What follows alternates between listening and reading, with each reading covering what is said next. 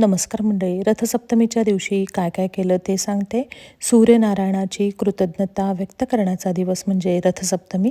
माघ शुद्ध सप्तमीला रथसप्तमी असे म्हणतात. माघ शुद्ध प्रतिपदेपासून उपवास करतात. दररोज सूर्योदयाच्या वेळी उगवत्या सूर्याची उपासना करतात. रथसप्तमीपर्यंत हे उपवास असतात. रथसप्तमी हा सूर्याच्या उपासनेचा दिवस म्हणून या दिवसाला आपल्या भारतीय संस्कृतीमध्ये खूप महत्त्व आहे. सकाळी लवकर आवरून दारात रांगोळी काढली. या दिवशी सूर्योदयाच्या आधी अंगणामध्ये दूध उतू जाऊ देतात. त्यामुळे अंगणामध्ये दूध ठेवलं. श्रावणात केलेल्या आदित्य राणूबाईच्या व्रताचं आज उद्यापनसुद्धा असतं. चौरंगावर रथाची छान रांगोळी काढली. सप्तधान्य काढून ठेवलं. त्यानंतर पूजेची सगळी तयारी केली. या दिवसापासून सूर्य आपल्या रथात बसून प्रवास करतो. या रथाला 7 घोडे असतात. आधी सुपारीचा गणपती ताम्हणामध्ये ठेवून अभिषेक केला. गणपतीला अक्षता, हळदी कुंकू, वस्त्रमाळा, फुलं वाहून गुळ खोबऱ्याचा नैवेद्य दाखवला. त्यानंतर सूर्यनारायणाची मनोभावे पूजा केली. त्यांना रक्तचंदनाच्या बाहुलीने चंदन उगाळून ते वाहिले.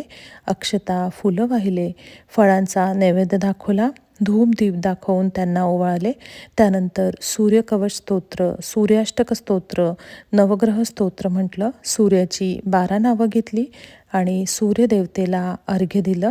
आज थोडंसं आभाळ होतं, परंतु आरतीच्या वेळी बरोबर सूर्यदेवतेने दर्शन दिलं. खूप छान वाटलं. त्यानंतर घरातल्या देवांची मनोभावे पूजा केली.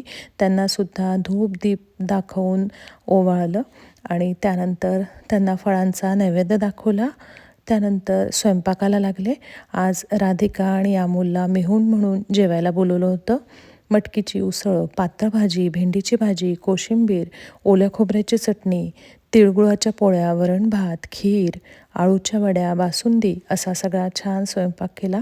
सगळ्या छान आनंदात केलं आणि देवाला आणि सूर्यनारायणाला नैवेद्य दाखवून आम्ही सगळ्यांनी मिळून आरती केली.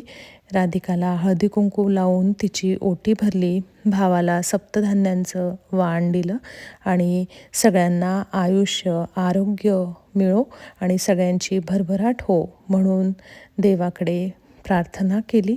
अशा प्रकारे आनंदात, उत्साहात आम्ही रथसप्तमी साजरी केलेली आहे. धन्यवाद.